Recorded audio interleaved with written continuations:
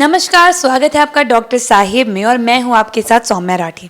इस वक्त हम बैठे हैं डॉक्टर अभिषेक के साथ, जो पारस HMRI में न्यूरोलॉजी कंसल्टेंट है, यानी कि मस्तिष्क से जुड़े जितने भी रोग होते हैं ये उनके विशेषज्ञ हैं।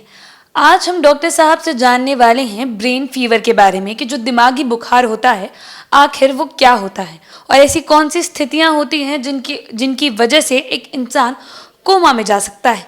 मगर इन सब के पहले मैं आपसे आग्रह करना चाहूँगी कि अगर अब तक आपने हमारे चैनल को सब्सक्राइब नहीं किया है तो कर लें, ताकि आप आने वाली और कोई भी ज़रूरी वीडियो मिस ना करें। अब सबसे पहले डॉक्टर साहब नमस्कार, स्वागत है आपका। पहला सवाल, जैसा कि मैं आपको आपने सुना ही अभी, ये दिमागी बुखार जो होता है ये आखिर है क्या?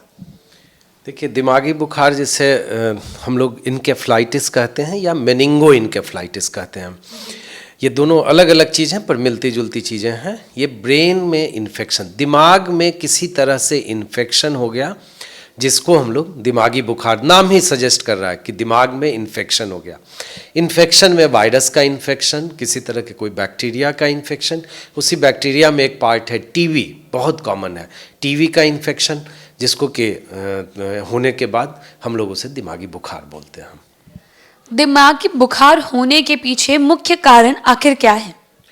देखिए, दिमागी बुखार में एक तो किस कारण से हो रहा है, जो मैंने आपको बताया, वायरस, बैक्टीरिया, फंगस, जिन चीज़ों से इन्फेक्शन शरीर में होता है उसमें बहुत सारे इन्फेक्शन ब्रेन में भी हो जाते हैं।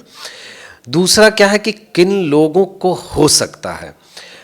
इसमें देखिए, मोस्ट ऑफ द टाइम कोई भी बहुत सारी चीज़ों में प्रेडिक्ट नहीं कर सकते कि वायरल इन्फेक्शन किसको होगा। बच्चों में जनरली कॉमन होते हैं, कुछ एरिया हैं जिनमें कॉमन होते हैं, जैसे गोरखपुर का एरिया है, वहाँ पे जापानीज इनकेफ्लाइटिस होता है, एक तरह का दिमागी बुखार है वायरस का।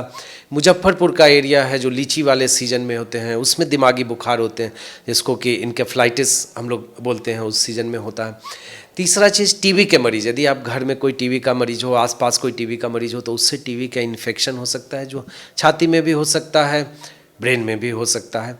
इसके अलावा कुछ मरीज़ वैसे हैं जिनको दिमागी बुखार के बहुत हाई रिस्क पे होते हैं, जो लोग का पहले सर में चोट लग चुका है, पहले सर में कोई किसी तरह की सर्जरी हो रखी हो, उन लोग हमेशा थोड़ा सा हाई रिस्क पे होते हैं दिमागी बुखार के। एक अहम सवाल ये रहेगा कि दिमागी बुखार की पहचान कैसे की जा सकती है, इसके लक्षण क्या हैं?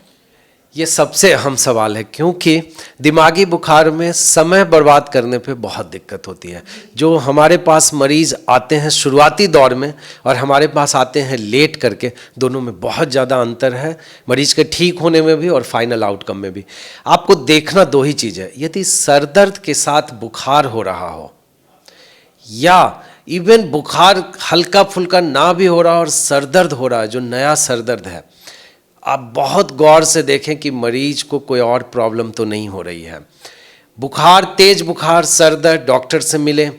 केवल सर दर्द, यदि बुखार जैसा लक्षण हल्का फुल्का आ भी रहा हो तब भी डॉक्टर से मिले। इसके अलावा आपको सर में जब दिमागी बुखार होगा, उल्टी का अनुभव होगा या उल्टी होने लग जाएगी, यहाँ तक तो ठीक है, पर रेड लाइन वहाँ से शुरू होती है जब मरीज धीरे धीरे अपना होश जाने लगता है। यदि होश जाने लग गया तब आप श्योर हो जाएं कि ये दिमाग का इन्फेक्शन है और हमें जल्द से जल्द डॉक्टर पर लेना है। होश में लोगों को बेहोश होने तक इंतज़ार नहीं करना है। कुछ चीज़ भूलने लग गए, कुछ चीज़ मिस करने लग गए, पहचानने में गड़बड़ करने लग गए, आप एकदम तुरंत लेके डॉक्टर के पास पहुँचे। यहाँ जैसा कि आपने बताया कि लोगों को देर करने से बिल्कुल ज़्यादा बचना चाहिए, नहीं तो बहुत बड़ी कीमत हो सकता है चुकानी पड़े। तो एक अहम सवाल यहाँ मैं ये करना चाहूँगी कि जो दिमाग का बुखार है वो कितना घातक हो सकता है? बहुत ज़्यादा, बहुत ज़्यादा। देखिए, कुछ बीमारियाँ जो नॉर्मल बैक्टीरियल इन्फेक्शन होते हैं, जिसको हम लोग पायोजेनिक इन्फेक्शन बोलते हैं, बैक्टीरियल दिमागी बुखार, बहुत अच्छा रिजल्ट है उसमें समय पे आ जाए तो। ब्रेन टीवी, जो टीवी के कारण दिमागी बुखार होते हैं, उसमें भी बहुत अच्छा रिजल्ट है। पर जो नॉर्मल हम लोग इनकेफ्लाइटिस कहते हैं, जो वायरल इन्फेक्शन वाले इनकेफ्लाइटिस होते हैं, उसमें रिजल्ट बहुत अच्छा नहीं है। उसमें जो एक दो वैरायटी है जिसका इलाज है, बाकी सब में केवल सपोर्टिव ट्रीटमेंट है। पर उसमें भी लगभग 60 से 70% मरीज नॉर्मल सपोर्टिव ट्रीटमेंट और एंटीवायरल ड्रग से ठीक हो जाते हैं। 25 से 30% ऐसे होते हैं जो नहीं ठीक होते हैं। दिमाग का ये जो बुखार है उसमें लॉन्ग टर्म में क्या क्या समस्याएं हो सकती है? दिमाग के बुखार में देखिए बहुत लोगों को शुरुआती दौर में ही मिर्गी आने लगती है, क्योंकि ब्रेन का इन्फेक्शन है। ब्रेन के इन्फेक्शन से सर दर्द, बुखार, उल्टी के साथ साथ मिर्गी आने लग जाएगी। वैसे बहुत लोगों को मिर्गी इलाज होने के बाद भी रह जाती है। दूसरा कि दिमागी बुखार में जो आपको बैक्टीरिया या वायरस है वो आपको ब्रेन को डैमेज कर देता है। तो यदि वायरस के कारण ब्रेन डैमेज हो गया, वो डैमेज हमेशा के लिए रह जाता है बहुत लोगों में। तो उसके कारण बाद में किसी तरह का कोई लकवा हो सकता है, बाद में किसी तरह का आपको यादाश्त की प्रॉब्लम, या फिर दिमाग उतना तेज ना हो, सोचने समझने की शक्ति कम हो जाए। तो इसको हम लोग लॉन्ग टर्म सिक्वेली बोलते हैं, जो उसमें हो सकता है। दिमागी बुखार के लिए इलाज क्या है जो कराए जाते हैं लोगों में?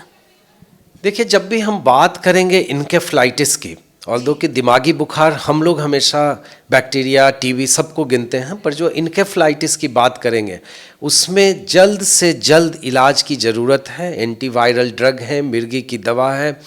दूसरा कि शरीर में हाइड्रेशन, पानी की कमी यदि आपको हो गई, क्योंकि मुंह से कोई खा नहीं पाता है, तो पानी चढ़ाने की ज़रूरत है।